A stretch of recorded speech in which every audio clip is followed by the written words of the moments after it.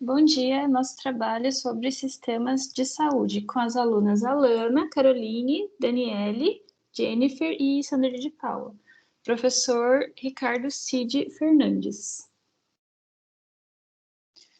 Eu vou falar um pouquinho sobre a antropologia da doença e os sistemas oficiais de saúde. Então, aqui se tem a abordagem, as linhas de pesquisa e instrumentos conceituais da antropologia da doença, de forma que a gente consiga compreender os sistemas de saúde tradicionais e ocidentais, as articulações desses distintos sistemas de saúde. Agora eu vou falar um pouquinho sobre a antropologia da doença nos Estados Unidos e na França. Então, assim, devido à diversidade da população dos Estados Unidos e da França, né, em relação ao contexto geográfico, questões culturais, né, socioculturais, né, muito distintos um do outro, fez com que surgissem diferentes movimentos da antropologia. Então, em 1940, a gente tem pesquisa aplicada com a implantação de sistemas de saúde modernos, e em 1960, antropologia médica, com a subdivisão específica da antropologia geral. Então, quais são as aplicações teóricas e práticas que a gente vai ter? Então, primeiro, em relação à incidência e à distribuição das doenças, considerando as variáveis ambientais, socioculturais, conhecidas como epidemiologia. A relação entre os hábitos e doenças específicas, as modificações no meio ambiente, as atividades humanas, podem ter efeitos significativos sobre ou a aparição, ou o desaparecimento, ou o reaparecimento de alguma doença. Então, a relação entre hábitos, práticas e doenças podem ter consequências práticas para o planejamento de futuros programas de desenvolvimento em saúde, né? E, segundo, a gente, em relação ao estudo, né, que a gente tem o estudo da relação médico-paciente e também das relações hierárquicas das diferentes categorias da saúde, né? Em terceiro, a gente tem estudos gerais de problemas de saúde, tanto problemas de saúde da população quanto problemas sanitários. E quanto à etnomedicina, a etnomedicina ela constitui a parte mais antropológica da antropologia médica, na medida em que se tenta estabelecer uma relação entre as representações ligadas às doenças ou ao tratamento da doença com a cultura e a organização social das populações consideradas. Supõe-se, então, que a etnomedicina no setor médico autônomo, análogo ao setor biomédico ocidental. Dessa forma, prefere-se falar da antropologia da doença para insistir no fundamento antropológico do trato das representações e também das práticas ligadas à doença, né, e seu tratamento nas sociedades tradicionais. Então, nos Estados Unidos, a etnomedicina teve importante desenvolvimento, né, existindo interesse no estudo das práticas médicas das comunidades, tanto camponesas ou nos subconjuntos culturais das sociedades ocidentais. Já na antropologia francesa, diferente dos Estados Unidos, ela usa a antropologia da doença no lugar da etnomedicina ou da antropologia médica, considerando as representações da doença de uma sociedade como uma via de acesso muito assim privilegiada, né, para a gente fazer uma análise do funcionamento da sociedade em questão, né? Então, tendo a doença como uma consequência da causalidade. E a partir das interpretações e do comportamento do indivíduo frente a essa doença, né, demonstra-se a coerência interna e a racionalidade do pensamento tradicional, que na procura do significado ou do sentido, o seu poder pode ser explicativo e terapêutico.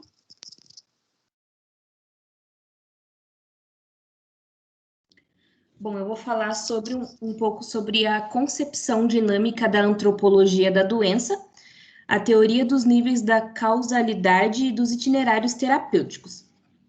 O objetivo do estudo da antropologia da doença são as representações e as práticas relativas à doença e ao seu tratamento. Na perspectiva ocidental, a doença é resultante de uma anomalia de estrutura, a função de um órgão ou de um sistema orgânico determinado. Os sinais dessa anomalia ou dessa disfunção tendo o valor de indicadores da doença. A doença é similar do indivíduo para o outro, qualquer que seja seu suporte, independentemente do contexto sociocultural no qual evolua, para isolar e construir seu objeto de estudo e atingir essa concepção da doença como anomalia orgânica e biofisiológica, desligada a todo suporte ou contexto. A medicina ocidental teve que se destacar tanto da sociedade como da magia e da religião. Já nas sociedades não ocidentais, a aparição da doença remete ao conjunto das representações do homem e de suas atividades em sociedade e de seu meio natural. A doença não pode ser analisada fora do indivíduo, na sua singularidade pessoal e social, fora do seu contexto. Apesar da sua especificidade como processo orgânico interno, a doença é um evento individual e singular, e imediatamente inscrito num contexto, num corpo socializado. Aborda-se as representações ligadas à doença e seu tratamento, seguindo todas as etapas de elaboração do diagnóstico de tratamento adotado pelo paciente, analisando as interações entre os diferentes atores envolvidos com o doente, família, comunidade e as categorias de curadores envolvidos ao longo da evolução da doença. O itinerário terapêutico é como forma de reunir os diferentes percursos feitos pelo paciente na procura de um tratamento. O autor Auger forjou um conceito de itinerário terapêutico, que é o conjunto de processos implicados na busca de um tratamento, desde a constatação de uma desordem, passada todas as etapas institucionais, ou não, onde pode-se atualizar diferentes interpretações, paciente, família, comunidade, categorias de cuidadores, etc. e cura.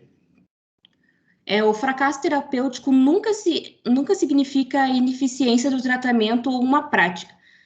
Nunca os coloca em questão. Nunca motiva o questionamento de sua validade nem de seu poder de cura.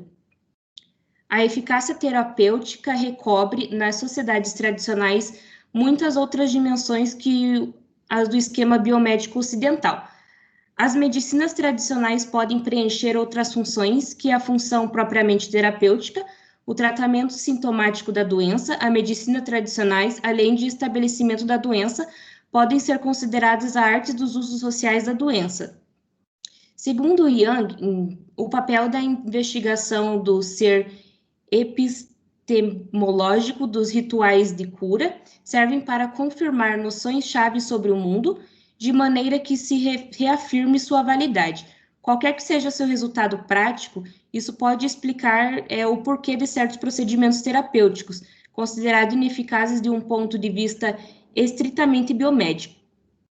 Continuam a ser colocados à prática por essa sociedade, apesar da presença do modelo biomédico ocidental, como também a razão pela qual os indivíduos podem ocorrer ao mesmo tempo diferente a alternativas terapêuticas, como herbalismo, medicina ocidental, xamanismo, entre outros. Já a questão do empírico racional e o mágico religioso nas medicinas tradicionais, a biomedicina está ao lado da racionalidade, enquanto que a medicina tradicional se caracteriza mais pelo seu enfoque religioso ou mágico. Todo ato terapêutico, que era a base de plantas, de encantação, de massagem, inclui sempre dois tipos de extensão variável, né, que é o sentido comum universal e o tratamento simbólico dos eventos que escapam ao primeiro, né? E assim é possível diferenciar o empírico, natural, objetivamente eficaz, do mágico religioso, sobrenatural ou simbólico, porque os resultados dessas experiências se inserem na lógica simbólica, e lógica simbólica nunca contradiz a experiência, e mesmo se fundamenta parcialmente sobre ela. Na percepção e a utilização da medicina ocidental e implicações ideológicas, sua introdução para o sistema de saúde tradicionais.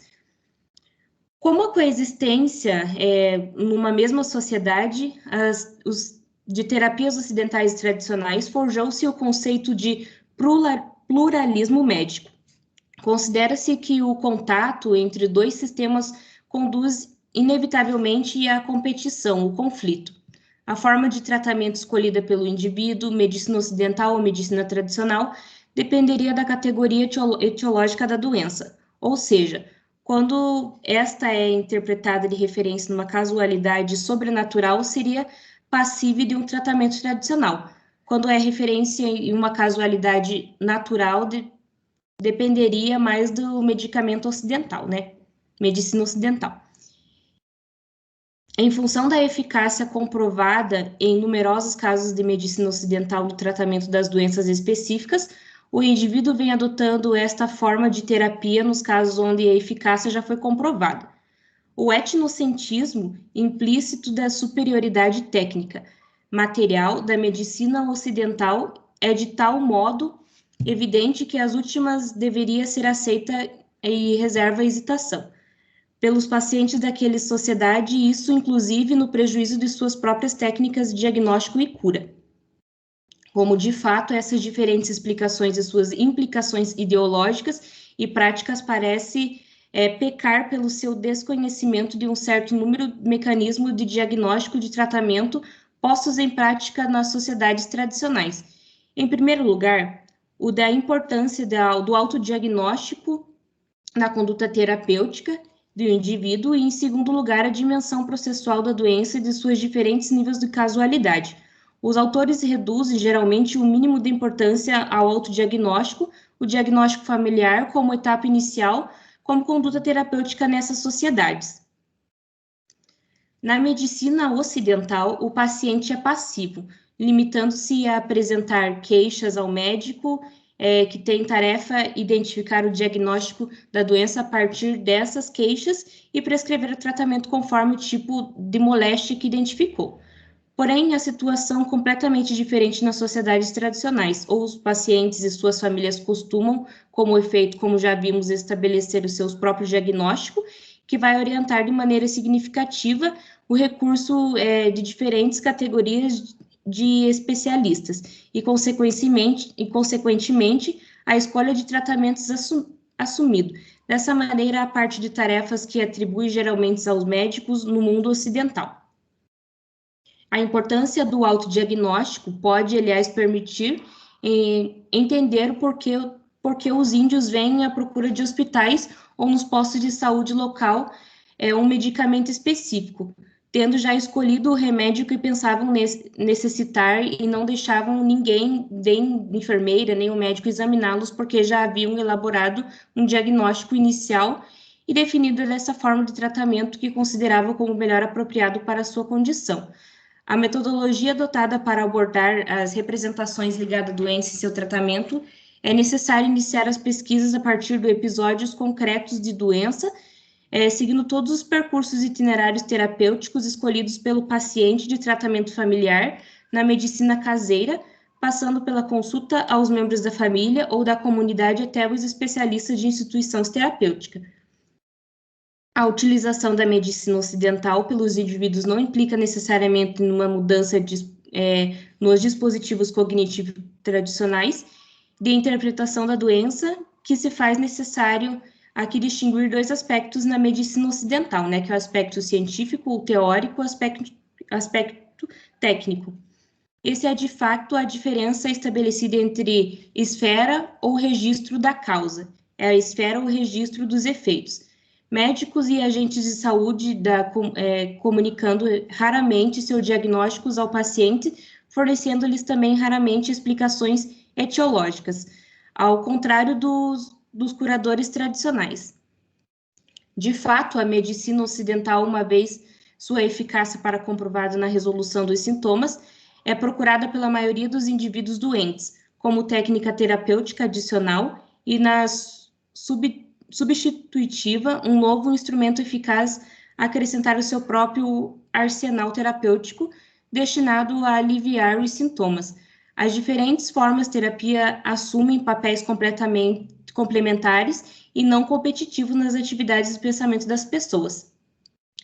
Na biomedicina, não oferecendo interpretações etiológicas ao paciente, não pode competir com os dispositivos interpretativos locais e podem acrescentar sem dificuldade a instituição já existente. Com isso, conduzir um questionamento dos esquemas cognitivos de interpretações tradicionais. A Organização Mundial da Saúde reconheceu recentemente que o fracasso geral dos programas de assistência médico-sanitário poderia talvez ser atribuído ao desconhecimento das realidades locais, das particularidades culturais. É necessário reconhecer a existência, a validade e a eficácia de outros sistemas de interpretação e de resolução das doenças e buscar os meios de adaptar ou ajustar esse modo médico aos recursos terapêuticos já existentes. É necessário aos planejadores em matéria de saúde e aos médicos se inteirar da validade da importância dos medicamentos tradicionais e não desejarem repetir os mesmos erros já cometidos em busca realmente de uma melhoria efetiva das estruturas de saúde.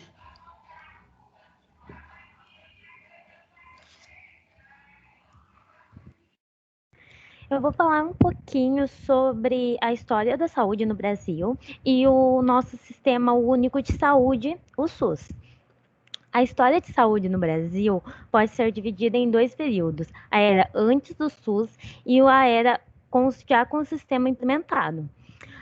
O acesso de saúde no Brasil antes do SUS era bem desigual e variava de acordo com a classe social. Apenas pessoas com posse tinham acesso a tratamento com médico e medicamentos da época. A maior parte da população era tratada nas Santas Casas de Misericórdia, que ofereciam tratamento médico por caridade. E também era muito comum, na época, os doentes recorrerem aos curandeiros. Já no início do século XX, as questões epidemiológicas e sanitárias eram enorme preocupação por todo o Brasil. Então, Oswaldo Cruz trouxe de forma meio que polêmica a vacinação como uma prevenção dessas doenças. Já em 1920, foi criada as caixas de aposentadorias e pensão, que eram uma pactuação entre o empregado e o empregador, permitindo que os empregados tivessem um acesso a alguns recursos previdenciários de saúde. Mais tarde, também ela foi ampliada por Vargas para os institutos de aposentadorias e pensão. Porém, essas ações ainda estavam muito vinculadas com a questão de trabalho. Na década de 80, começou a ganhar força o movimento de reforma sanitária, que ajudou a formular o SUS. Em 1986, é discutido na 8ª Conferência Nacional de Saúde as bases que temos hoje do SUS. A Constituição Federal de 88 traz no seu artigo 196 a saúde como um direito de todos e dever do Estado garantir isso mediante as políticas sociais e econômicas. Sendo que 2 anos mais tarde, em 1990, temos a formalização do SUS, um sistema formado a partir das leis orgânicas de saúde, que traz a promoção, tratamento de saúde e seu modo de gestão e princípios, colocando como uma importante ferramenta de participação social. Hoje no Brasil, temos um sistema de saúde misto, onde o cidadão pode escolher se quer ser atendido no sistema público ou privado ou em ambos. O SUS é um conjunto de ações de serviços à saúde prestado por órgãos e instituições públicas federais, estaduais e municipais, de administração direta e indireta e das fundamentações mantidas pelo poder público. E ele tem como princípio a universalidade, a equidade e a integralidade. Ele se organiza em uma forma de rede, que acontece de forma regionalizada por níveis de complexidade e tecnologias. No centro dessa rede fica a atenção primária, que é a responsabilidade dos municípios. Ela também é responsável pela interligação entre a atenção especializada e a atenção hospitalar.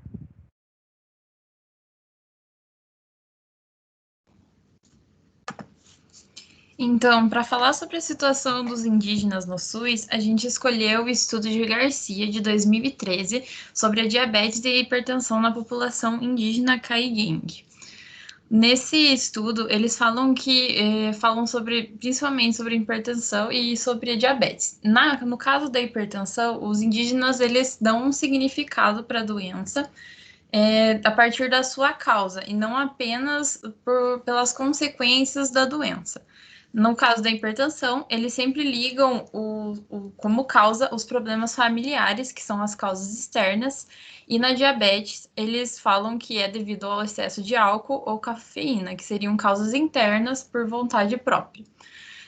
Os pacientes, todos eles, os indígenas, eles tentaram primeiro fazer um tratamento em casa, seja por orações ou comprimidos, e deixaram para ir no médico quando a situação da doença tinha se agravado. A biomedicina ela só foi utilizada depois de se esgotar todas as outras formas de tratamento. O diagnóstico de todos os pacientes foram feitos pelos médicos, que trouxeram outras indicações, tipo de uso de medicamentos ou outras formas de autocuidado, como emagrecer, fazer exercício físico, mas nenhum deles seguiu exatamente como eles haviam pedido. No estudo, ele mostra sobre 3 tipos de pacientes. Primeiro, os pacientes que não se aceitavam como doentes e que, para eles, tanto a diabetes quanto a hipertensão, elas tinham cura. Esses pacientes, eles geralmente eram diagnosticados quando eles estavam durante uma triagem ou algo, sendo que eles não tinham nenhum sintoma muito grave, nenhuma tontura, dor de cabeça, nenhum tipo. E por isso era muito difícil aceitar um diagnóstico de doença. Tinha aqueles que aceitavam a doença, mas eles não seguiam o tratamento à risca. Eles tomavam uma caixa, um comprimido quando eles se sentiam mal, mas depois eles largavam e não se aceitavam como doentes também. E tinha aqueles que eles aceitavam a condição, seguiam o tratamento e ainda acreditavam que elas eram incuráveis, mas eles só conseguiram aceitar a doença a partir do momento que ela se agravou muito e eles viram que as ervas, os remédios e chás, orações eles não iam resolver o problema, então eles teriam que adotar outro tipo de tratamento. Sobre a relação dos médicos, eles relatavam que os médicos não escutavam, não prestavam atenção nos detalhes, e isso acabava prejudicando o diagnóstico, já que eles sentiam que eles não viam a situação como um completo, só pegando quais eram os sintomas e encaixando na doença. Para os indígenas, tinha 3 formas de autoatenção. O uso de medicamentos, que é um sistema biomédico, os chás, que são típicos da medicina tradicional, e as orações, que são muito fortes da doutrina de igrejas pentecostais, que são muito próximas do território. Mesmo que haja um tratamento de acordo recomendado pelos médicos, a falta de medicamento e atraso na entrega das doses, e isso atrapalha no tratamento, já que mesmo que eles queiram adotar, eles não conseguem. Também só a título de curiosidade, as ervas que eram usadas pelo chás eram a gabiroba, moranguinho, chapéu de couro, chuchu, cavalinho e bergamota, e os galhos e frutos era a erva de bugre, cideira, amora branca, alho e pata de vaca. Alguns chás eles eram feitos apenas com uma das ervas e algumas eles combinavam de acordo com os sintomas dos problemas. A implicação de ter todos esses 2 sistemas, que é o sistema ocidental, que seria o do SUS, que tem o médico como um centro do sistema de saúde, e o tradicional, que leva muito em conta a fé deles, a causa e os remédios tradicionais, chás, ele conduz a uma competição e a um conflito, já que eles não conseguem decidir o que fazer e um não aceita o outro como uma forma de tratamento.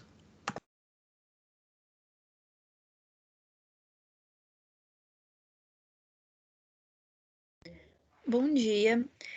Eu vou falar sobre os profissionais de saúde, o atendimento, a interação entre o serviço de saúde e os seus usuários.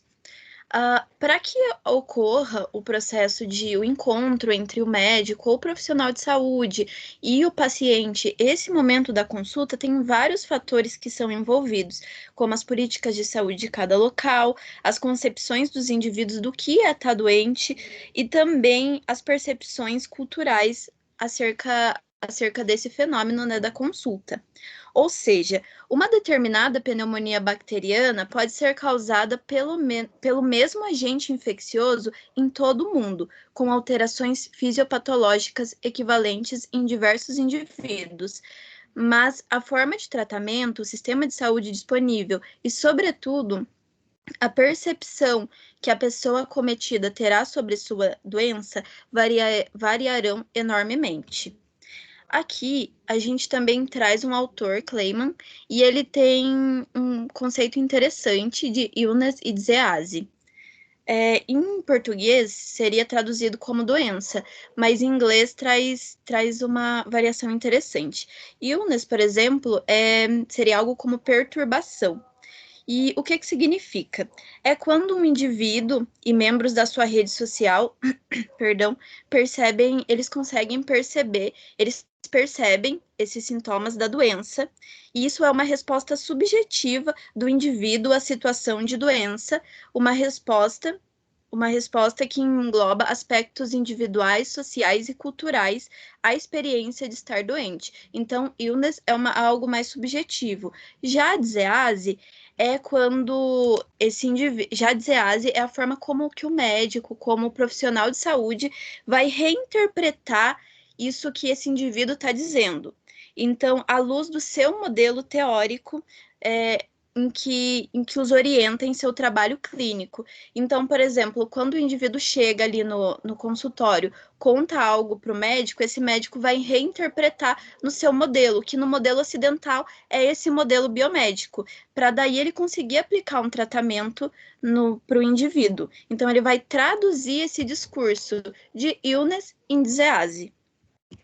E isso pressupõe uma comunicação entre esses dois que têm duas vias de fluxo, né? O illness e o disease, o encontro de duas visões de mundo diferente. O contato com o serviço de saúde, a experiência moldada culturalmente.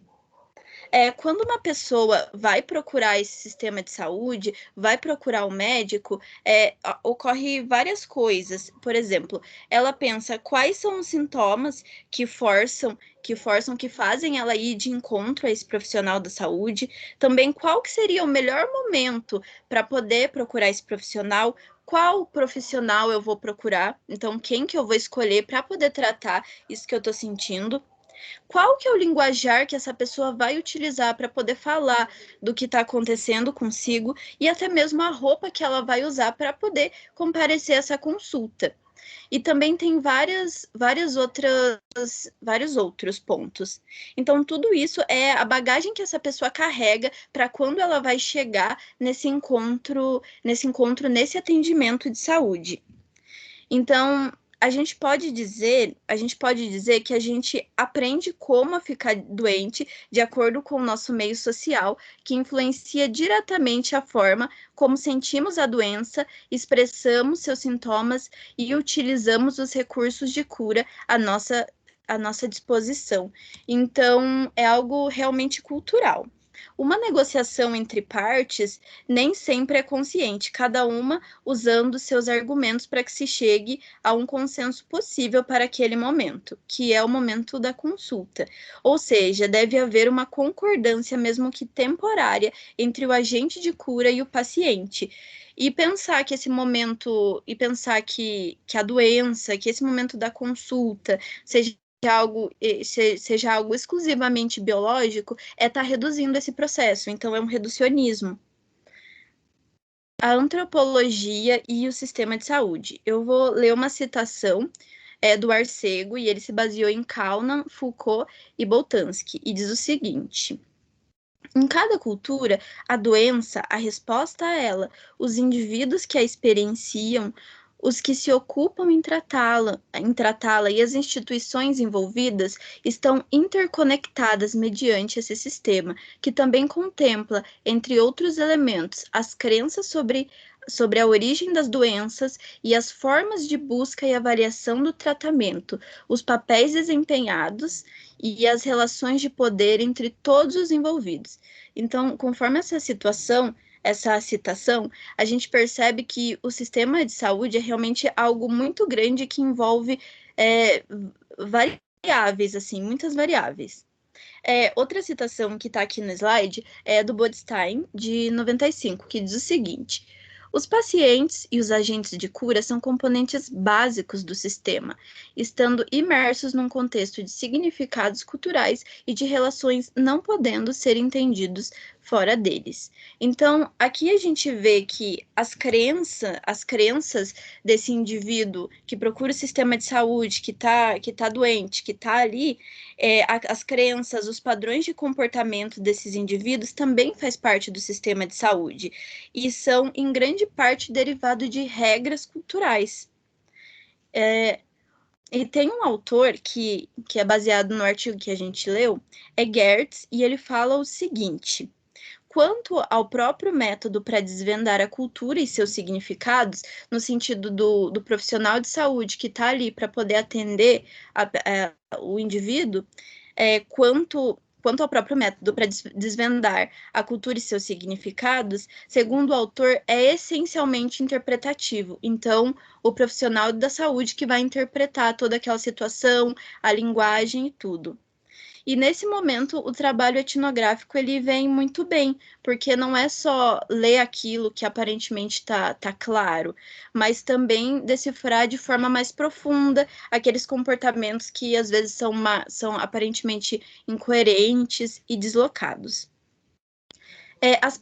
Outro ponto é aspectos culturais de ambos os lados. O mundo que a gente está, que nos rodeia, eles têm relações governadas por regras culturais específicas incorporadas pelos indivíduos. E essa realidade social influencia de maneira decisiva na maneira como cada um de nós pensa e age diante de uma situação de doença, optando por um determinado tipo de atendimento e avaliando o seu resultado, né? Avaliando esse atendimento. A prática clínica, tradicional e moderna, ocorre e cria mundos sociais particulares, crenças sobre doenças, os comportamentos exibidos pelas pessoas doentes, inclusive as suas expectativas frente ao tratamento, e o modo como as pessoas doentes reagem em relação à família e aos profissionais de saúde são todos aspectos da realidade social. Elas, como o próprio sistema de saúde, são construções culturais, moldadas distintamente em diferentes sociedades e nos diferentes contextos sociais dentro dessas mesmas sociedades. Então, a gente vê aqui, conforme isso que eu acabei falando, a relação que as comunidades estabelecem com os serviços de saúde é realmente bastante complexa, porque esses aspectos culturais não é só do indivíduo, da comunidade, mas é também do sistema de saúde. Então, é uma interação bastante complexa. Para finalizar, Clayman, a gente traz Clayman aqui, e ele fala que o sistema de atenção à saúde ele é composto de 3 partes. O primeiro seria o sistema popular, que é o maior, e ele é eminentemente leigo, onde a doença começa a ser definida e onde são desencadeados os vários processos terapêuticos de cura. Outro é o setor profissional, que representa a organização formal da prática em saúde, e ele tem, em sua maioria, a biomedicina como referência. Em alguns países, na maioria desenvolvidos, esse setor é o mais forte, mais vigoroso. Outro conceito de Clayman é o setor folk ou paraprofissional, que é o seguinte: é o setor não profissionalizado, que são os herveiros, benzedores, práticas religiosas e outras formas alternativas de cura. Este modelo proposto é conveniente, pois pode ser adaptado a diversas sociedades. Assim, os chamados países desenvolvidos possuem esse setor de forma mais forte, ao passo que outros países podem apresentar o setor paraprofissional maior. Então, pode ter esse setor não profissionalizado de uma forma maior e mais forte. Da mesma forma, esse modelo aplica-se igualmente bem no nível local, onde também os 3 setores atuam de forma simultânea. Então, esses 3 setores eles vão estar acontecendo juntos. Esse foi o nosso trabalho sobre sistemas de saúde, e aqui estão as nossas referências. Espero que tenham gostado.